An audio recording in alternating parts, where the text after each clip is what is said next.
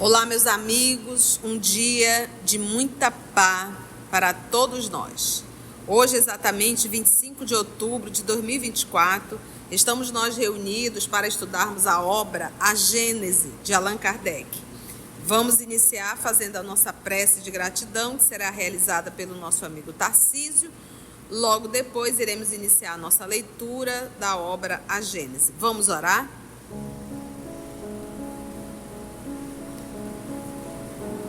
Amado Mestre Jesus, espiritualidade amiga aqui presente, responsável por esses estudos,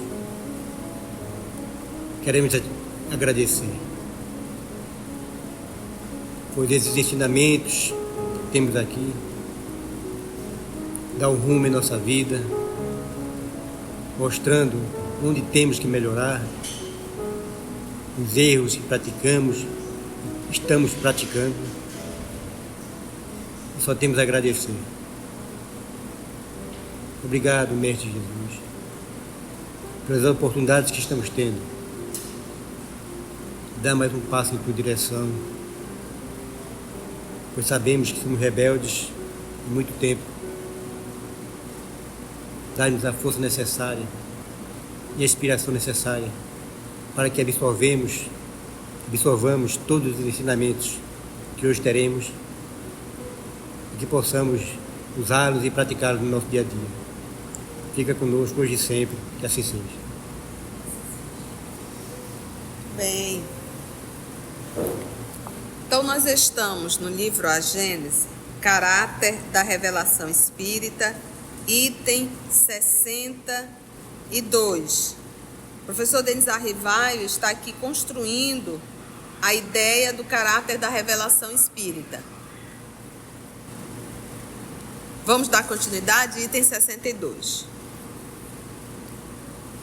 Uma comparação comum, vulgar, comum, tornará ainda mais compreensível a situação. Aí ele vai trazer aqui um exemplo, ele vai usar aqui uma forma de ilustrar o que ele quer falar. Quando ele vai falar de mundo espiritual, ele vai dar um exemplo de uma viagem, um navio que chega, Vamos ver? O navio carregado de emigrantes parte para destino longínquo. Leva homens de todas as condições, parentes e amigos dos que ficam. Vem-se a saber que esse navio naufragou. Pronto, afundou o navio. Nenhum vestígio resta dele, desapareceu o navio. Nenhuma notícia chega sobre a sua sorte, o que aconteceu.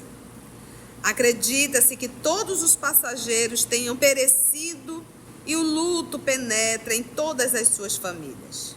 Entretanto, a tripulação inteira e os passageiros, sem faltar um único homem, foi ter a uma terra desconhecida, abundante e fértil, onde todos passam a viver felizes, sob um céu clemente. Ninguém, todavia, sabe disso. Ora, um belo dia, outro navio aporta a essa terra e lá encontra os náufragos, sãos e salvos. A auspiciosa, favorável, as promissoras, a auspiciosa notícia se espalha com a rapidez do relâmpago. Exclamam todos, abre aspas, os nossos amigos não estão perdidos, fecha aspas, e rendem graças a Deus. Não podem ver-se uns aos outros, mas correspondem-se, permutam, trocam demonstrações de afeto e assim a alegria substitui a tristeza. De forma metafórica, do que ele está falando? Do mundo espiritual, Então, de repente, o navio naufraga, desaparece todos, ninguém tem notícia nenhuma.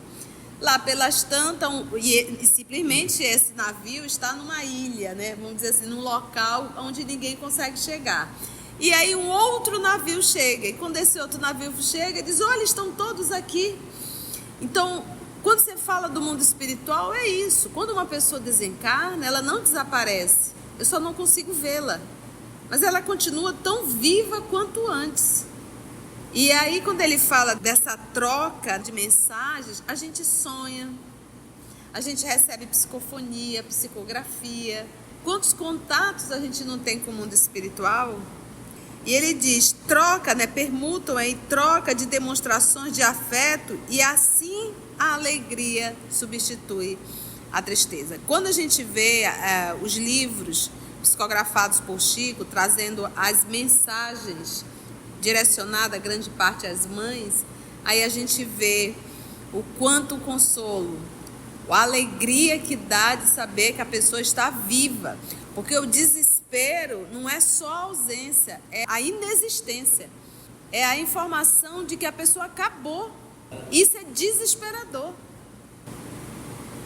Tal a imagem da vida terrena e da vida de além-túmulo, antes e depois da revelação moderna. Então, por isso é que ele tal a imagem, fez uma metáfora, da vida de além-túmulo, antes e depois da revelação moderna. Porque revelação moderna é o Espiritismo. Então o Espiritismo foi aquele barco que chegou e disse, olha, estão todos aqui, ninguém morreu, ninguém morre, a gente só deixa o uniforme e continua vivo, atuando, trabalhando. Quando a pessoa está muito doente, que ela desencarna, que está limitada em cima de uma cama, a primeira alegria, assim que possível, é sentir a recuperação das forças, que já não são forças físicas, são forças perispirituais. Então aquela sensação de você poder levantar, de você poder andar, de poder caminhar, de poder respirar, de poder resolver, de poder trabalhar, enquanto o corpo que você estava na Terra não comportava mais isso. Era uma luta, hospital, doenças, enfermidades, injeções, medicações, mal-estar. Não é fácil, né, gente? Dores. A última semelhança, então ele diz, vou repetir, tal a imagem da vida terrena e da vida de além-túmulo, antes e depois da revelação moderna. A última, semelhante ao segundo navio, nos traz a boa nova da sobrevivência dos que nos são caros e a certeza de que um dia nos reuniremos a eles. Deixa de existir a dúvida sobre a sorte deles e a nossa. O desânimo se desfaz diante da esperança. Nossa, e quanta esperança. A mamãe, você sabe que desencarnou ano passado, né? E com 7 dias, isso foi interessante, com 7 dias, eu estive com ela no mundo espiritual. Eu entrava, ela estava dentro de como se fosse um apartamento, só tinha a cama dela lá. Ela estava ainda na cama, sentada, na caminha assim, encostada como a gente diz, na cabeceira da cama, sentadinha com os pezinhos todos ali, deitadinho, cobertinha, mas muito serelepe. E aí eu olhava assim para ela, bem o meu jeito de ser, como a gente se falava, e eu perguntava, como estás? Ela disse, eu estou ótima, minha filha, só faltam os dentes. Porque ela usava prótese, e com a enfermidade ela ficou sem prótese, teve que tirar a prótese, porque era um câncer no palato, né? Então ela teve que tirar a prótese, ficou sem a prótese um tempo, né, Tarcísio? Tarcísio acompanhou um pouco não muito, né, Tarcísio? E ela estava, mas ela estava bem, ela disse, eu estou ótima, só me faltam os dentes. Ela, bem jeito mamãezinha de ser. Mas depois, eu acho que talvez de uns 20, 25 dias, eu tive um outro encontro com ela. Nós duas frente a frente, só nós duas, eu só me lembro dessa parte. Eu segurava nas mãozinhas dela e ela dizia assim, eu tô com muita saudade. Aí eu dizia assim, aguente firme. Olha, não sei de onde que eu tirei essa força, meu Deus, olha. E eu sempre fui muito assim, eu e ela sempre confiou muito em mim. E eu nela, então a nossa relação era assim, sempre de força, né? Uma com a outra. E ela tinha uma confiança muito grande nessa filha. Então, aí eu olhei firme assim para ela, aguente firme, mãe, isso é necessário, isso vai passar, nós estamos bem. Pronto, é a única parte que eu recordo, né? Então, é difícil, porque é um processo de adaptação, tanto para quem fica quanto para quem vai. É doloroso, né? Mas logo depois o espírito começa a se adaptar à sua vida espiritual. E aí vai se organizando. É igual quando a gente muda de um país para o outro, ou de um estado para o outro. A gente tem um período meio doloroso, depois a gente se adapta. A gente se habitua. Agora é o seguinte, chegou no mundo espiritual, assim que possível, já procura o que fazer.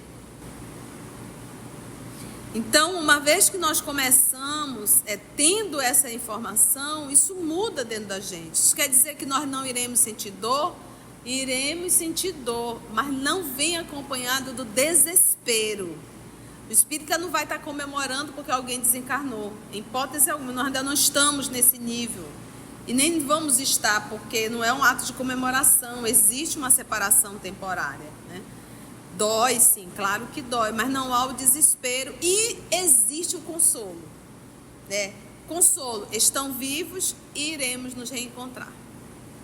Fora a noite, no momento do sono, quantas vezes não nos reencontramos com os nossos amores, desde que estejamos em condições emocionais para isso, para que não venha trazer dano também emocional ao outro, porque às vezes esses encontros não acontecem porque emocionalmente nós não estamos bem e não iremos fazer bem ao outro. Deixa de existir a dúvida sobre a sorte deles e a nossa. O desânimo se desfaz diante da esperança. Outros resultados fecundam, ou seja, desenvolvem esta revelação. Achando madura a humanidade para penetrar o mistério do seu destino e contemplar a sangue frio novas maravilhas, Deus permitiu que fosse erguido o véu que ocultava o mundo invisível ao mundo visível. As manifestações nada têm de extra-humanas. É a humanidade espiritual que vem conversar com a humanidade corpórea e dizer-lhe. Então, a partir dessa leitura agora, que abre aspas, já é um texto psicografado, um texto escrito pelos espíritos. Então, aqui quando ele fala, a terceira revelação, ali no século XIX, meados do século XIX, ela chegou porque a humanidade já estava em condições de entender mundo espiritual. Lembrando que ali no meados do século XIX foi quando a ciência fez um boom muito grande. Houve uma explosão científica, o aprofundamento da vida micro, o aprofundamento da vida macro, né? Então, tudo ali muito dentro do século, meados do século XIX.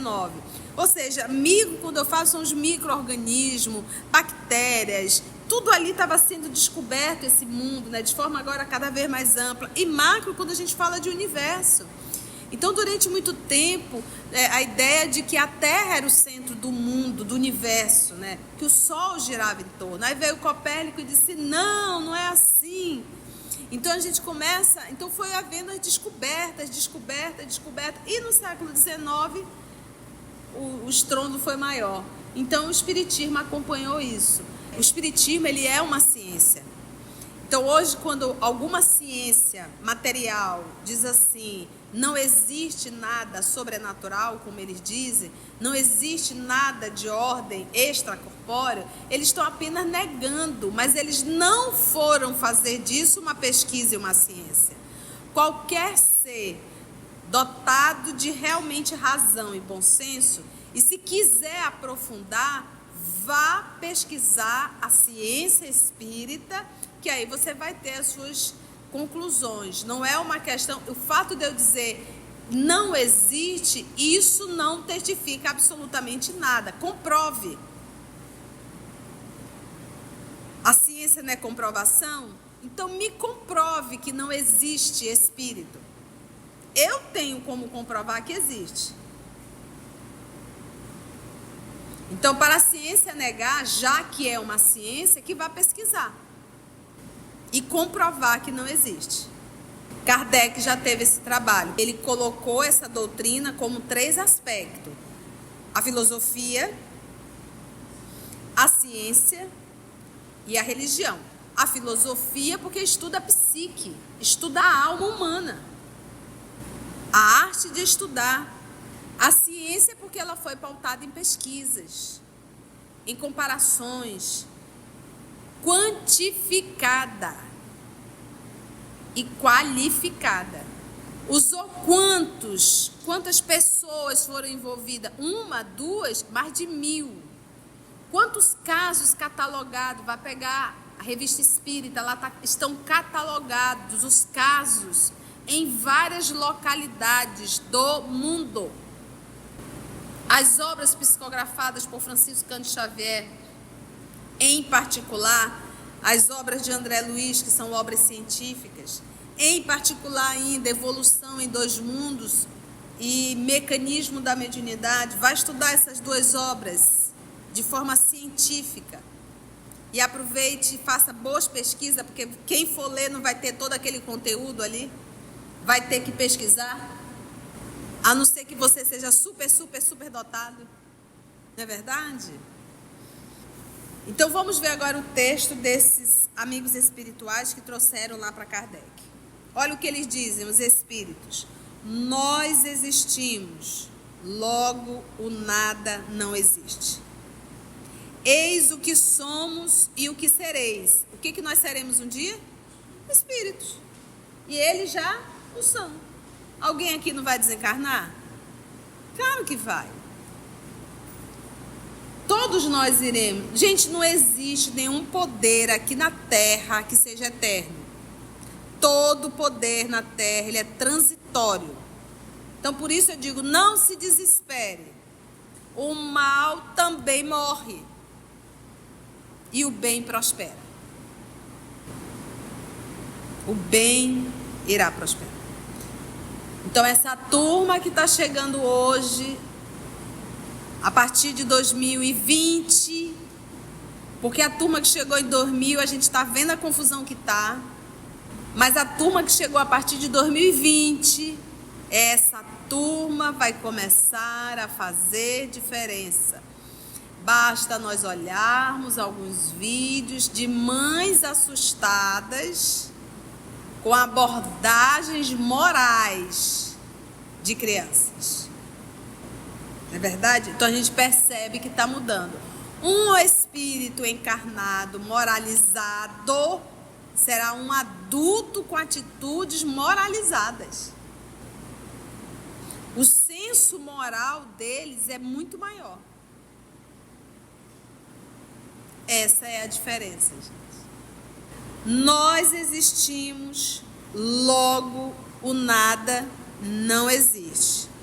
Eis o que somos e o que sereis, que foi a parada que nós fizemos. O futuro vos pertence. Qual é o futuro que nos pertence? A vida espiritual. Ou você acha que é o futuro daqui a 10, 15, 20 anos? Esse é nosso? Não é.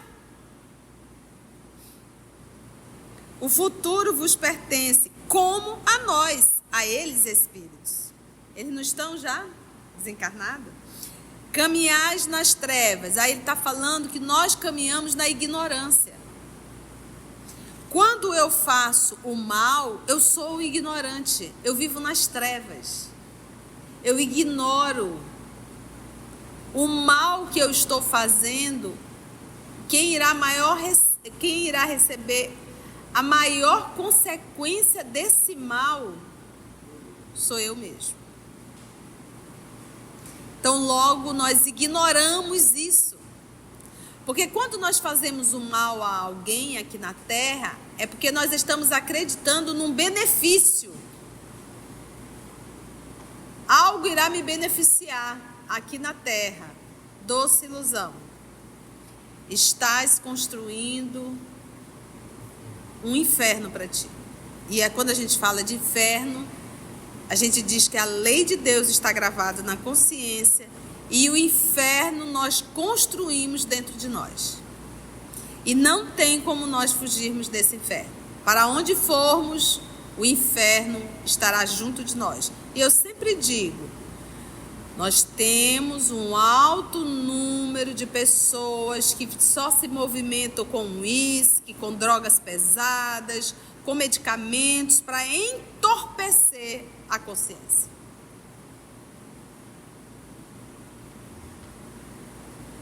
Porque não aguenta a cobrança. Porque cada ser humano sabe o que tem feito. Caminhais nas trevas, viemos clarear-vos, trazer a luz, o caminho que está escuro.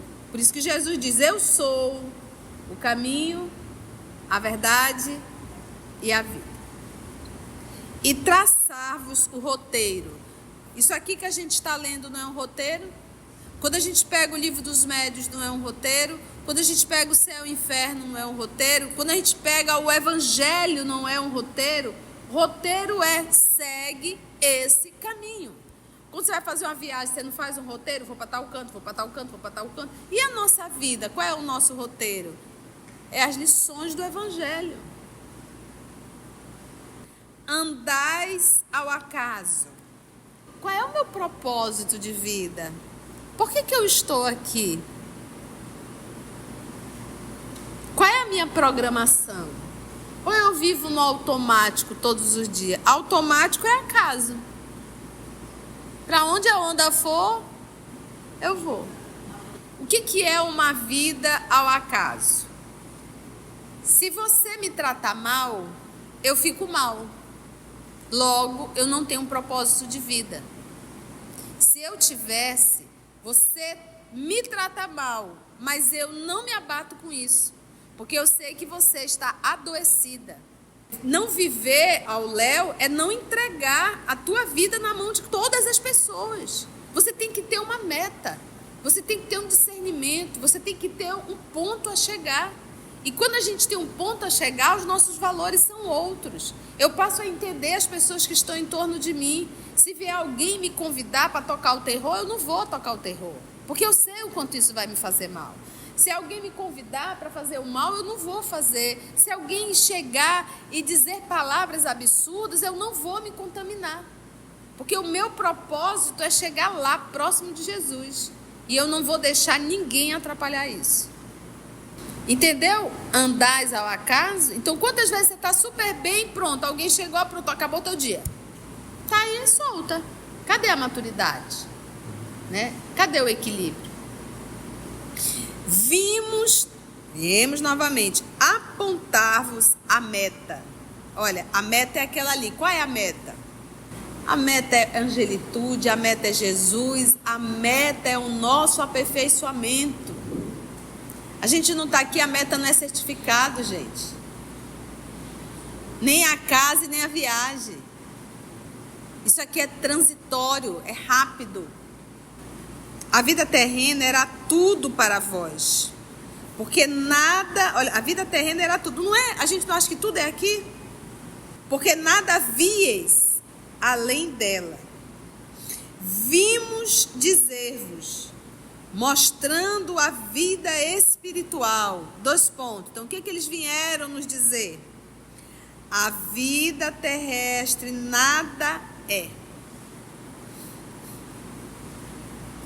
A vida terrestre nada é.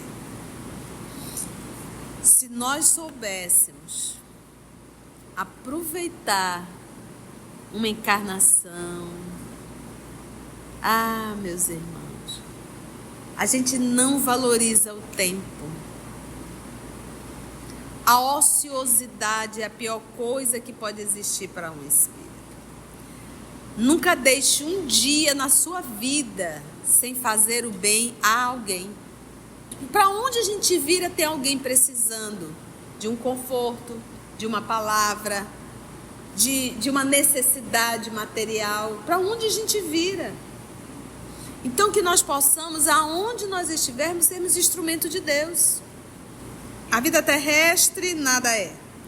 A vossa visão se detinha no túmulo.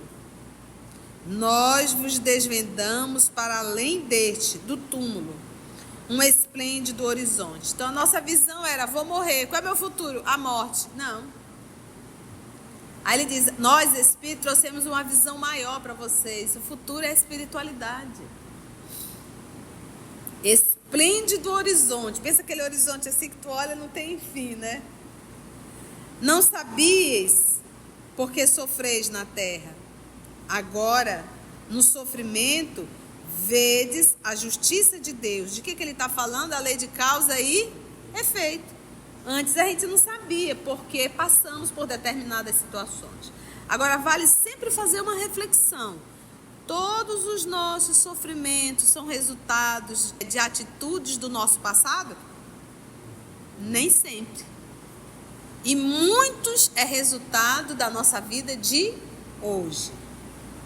Muitas enfermidades é resultado dos nossos excessos de alimentação, excesso a falta de exercício físico, o álcool, a droga, tudo isso, o sexo sem absolutamente nenhum cuidado e respeito, a pessoa adquire enfermidade. Estado emocional.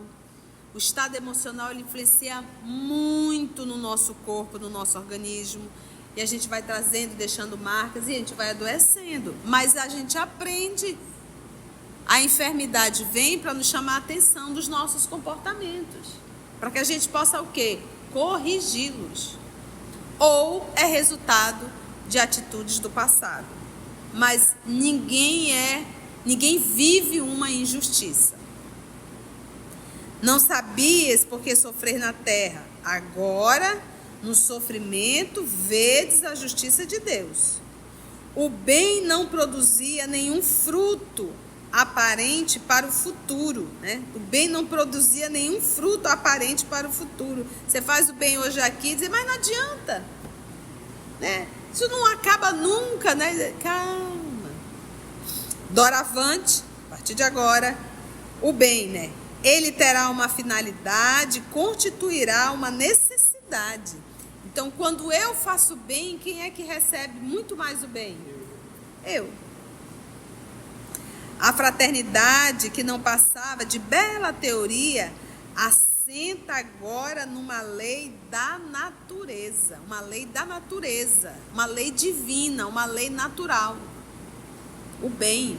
Como nós somos filhos de Deus, nós fomos criados para amarmos uns aos outros. Vamos simplificar, cuidarmos uns dos outros. Sob o domínio da crença de que tudo se acaba com a vida, a imensidade é o vácuo. O egoísmo reina soberano entre vós e a vossa palavra de ordem é, entre aspas aí, cada um por si. Com a certeza do futuro, os espaços infinitos se povoam ao infinito, ou seja, não tem um espaço vago. Tudo está preenchido. Quem tem a mania de fazer espaço para não usar, somos nós, os encarnados, né? A gente faz aquele espaço dentro da casa porque está na moda, mas nem senta lá, nem faz nada. Só para enfeitar. O mundo espiritual não é assim. Tudo tem função. E nós aqui na Terra, quando a gente fala em desencarnação, a pessoa pensa, vai lá, não, é paralelo, gente. São colônias paralelas. Tu olha aqui, a gente vê aqui, tu diz, vou olhar para o céu, tá tudo, não tá vago não. Imensas colônias aí distribuídas. Porque grande parte desencarna e fica aqui mesmo. Colônias vinculadas ao planeta mesmo.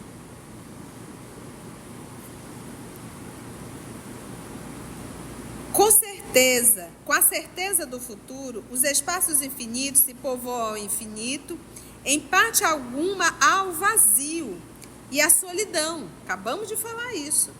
A solidariedade liga todos os seres, a quem e além da tumba, da desencarnação. É o reino da caridade sob a divisa, abre aspas ainda, um por todos e todos por um. Amai-vos uns aos outros. Enfim, ao termo da vida dizieis eterno adeus ao que vos são caros. Agora simplesmente direis, até breve. Gente, lindo demais esse texto, né? Olha, adorei esse texto. Eu já não lembrava assim com tantos detalhes, mas é muito bom. Tais são, em resumo, os resultados da revelação nova. Agora já é Kardec, voltou. Acabou a psicografia que nós lemos ainda há pouco. Agora é Kardec que volta.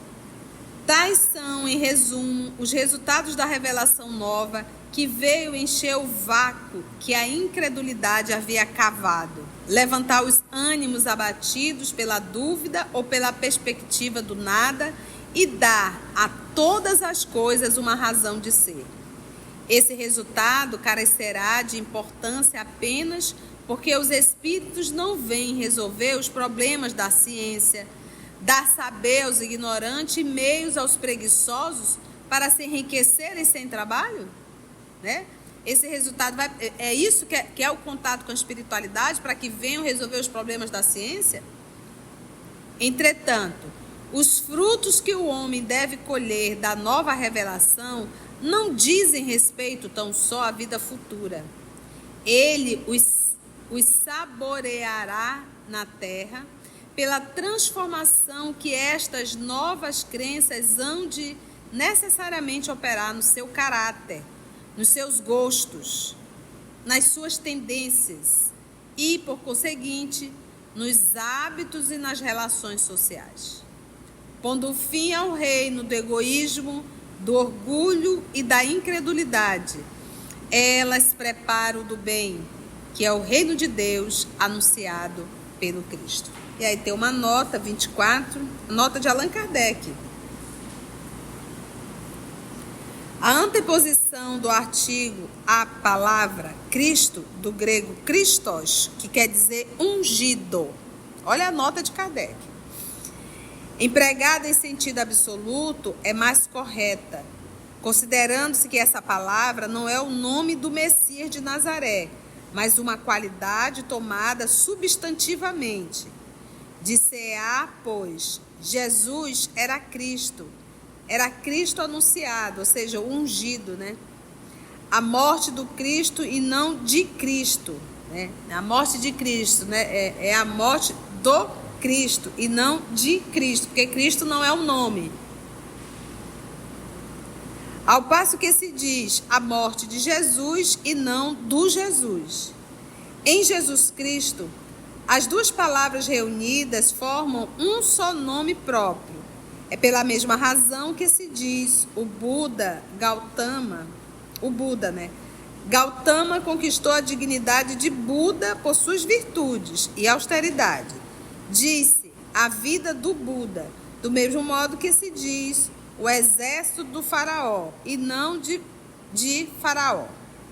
Henrique IV era rei, o título de rei, a morte do rei e não de rei, né? Separando aqui o nome, né, do substantivo realmente, né? Então, Cristo não é o nome. Finalizamos o capítulo 1 da obra Gênese. Nossa gratidão a Deus, aos amigos espirituais aqui presentes, que nos inspiram, que nos conduzem em nosso trabalho, que a misericórdia divina nos dá essa oportunidade de estarmos aqui, poder compartilhar com outros irmãos de outros países, de outros estados. E se Deus nos permitir o nosso próximo encontro, entraremos no capítulo 2, intitulado Deus, Existência de Deus, Natureza Divina, a Providência e a Visão de Deus. Muito obrigada, Senhor. Graça te damos. Se você chegou até aqui o final, deixa seu comentário. É muito importante a gente poder ler o teu comentário. Não esqueça de curtir para que possa divulgar a página. Dá o seu like, né? E, se possível, faça a sua inscrição no nosso canal e toca o sininho. Porque quando você toca o sininho, o YouTube avisa para você quando o EOS publicar um novo estudo. Então, receba um grande abraço da família EOS Manaus. Antes de orarmos em agradecimento, vamos ouvir algumas considerações da tia que destacamos neste estudo para a reflexão dos ensinamentos. Vamos aos destaques da tia? Quando uma pessoa desencarna, ela não desaparece. Eu só não consigo vê-la. Mas ela continua tão viva quanto antes. A gente sonha, a gente recebe psicofonia, psicografia. Quantos contatos a gente não tem com o mundo espiritual? Quando a gente vê os livros psicografados por Chico, trazendo as mensagens direcionadas, grande parte às mães, aí a gente vê o quanto o consolo, a alegria que dá de saber que a pessoa está viva. Porque o desespero não é só a ausência, é a inexistência. É a informação de que a pessoa acabou. Isso é desesperador. Quando a pessoa está muito doente, que ela desencarna, que está limitada em cima de uma cama, a primeira alegria, assim que possível, é sentir a recuperação das forças, que já não são forças físicas, são forças perispirituais. Então aquela sensação de você poder levantar, de você poder andar, de poder caminhar, de poder respirar, de poder resolver, de poder trabalhar, enquanto o corpo que você estava na Terra não comportava mais isso. Era uma luta, hospital, doenças, enfermidades, injeções, medicações, mal-estar. Não é fácil, né, gente? Dores. É difícil, porque é um processo de adaptação, tanto para quem fica quanto para quem vai. É doloroso, né? Mas logo depois o espírito começa a se adaptar à sua vida espiritual.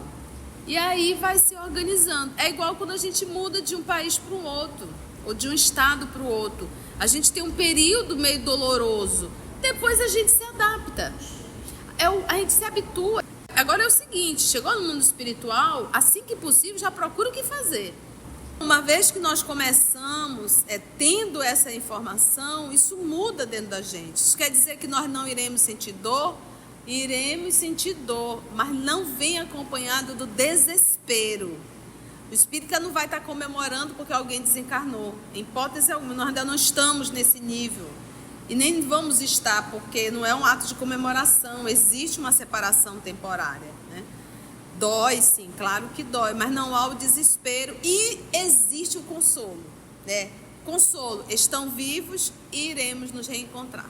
Fora a noite, no momento do sono, quantas vezes não nos reencontramos com os nossos amores, desde que estejamos em condições emocionais para isso, para que não venha trazer dano também emocional ao outro, porque às vezes esses encontros não acontecem porque emocionalmente nós não estamos bem. E não iremos fazer bem ao outro.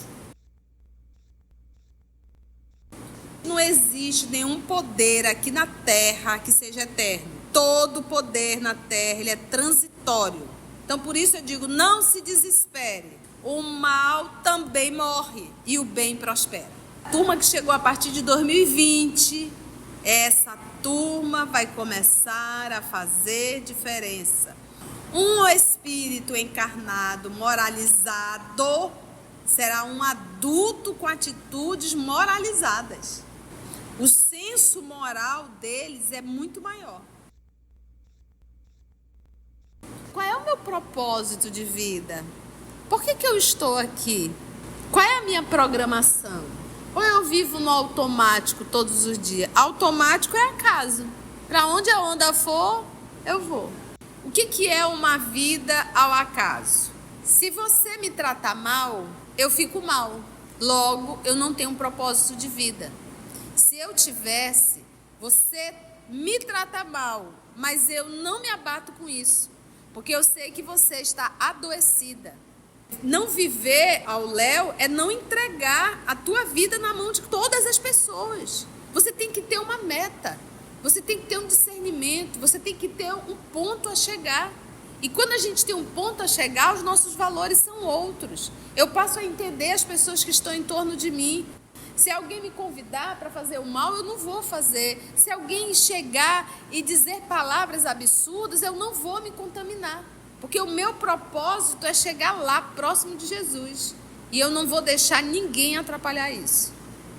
Entendeu? Andais ao acaso. Então, quantas vezes você está super bem, pronto, alguém chegou, pronto, acabou o teu dia. Tá aí solta. Cadê a maturidade? Né? Cadê o equilíbrio? Qual é a meta? A meta é angelitude, a meta é Jesus, a meta é o nosso aperfeiçoamento. Isso aqui é transitório, é rápido. Se nós soubéssemos aproveitar uma encarnação, meus irmãos, a gente não valoriza o tempo. A ociosidade é a pior coisa que pode existir para um espírito. Nunca deixe um dia na sua vida sem fazer o bem a alguém. Que nós possamos, aonde nós estivermos, sermos instrumento de Deus. Todos os nossos sofrimentos são resultados de atitudes do nosso passado? Nem sempre. E muitos é resultado da nossa vida de hoje.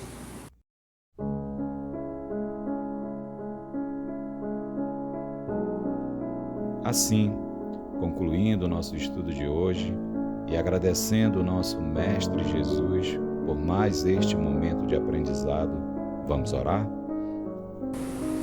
Então, assim, agradecemos a Deus, nosso Pai, agradecemos ao nosso Mestre Jesus por mais uma oportunidade que nos é dada de estudo e de meditação em torno do que é lindo. Graça te damos, Senhor. EOS Manaus. Estudando para servir ao Cristo. Visite nosso site em www.eosmanaus.org. No YouTube, procure o canal EOS Manaus. Participe do nosso grupo no Facebook. No Instagram somos @EOS Manaus. Escute e estude na Rádio Manaus de Estudos Espíritas. Estamos, também, em diversas plataformas de áudio. Procure EOS Manaus, no seu aplicativo preferido.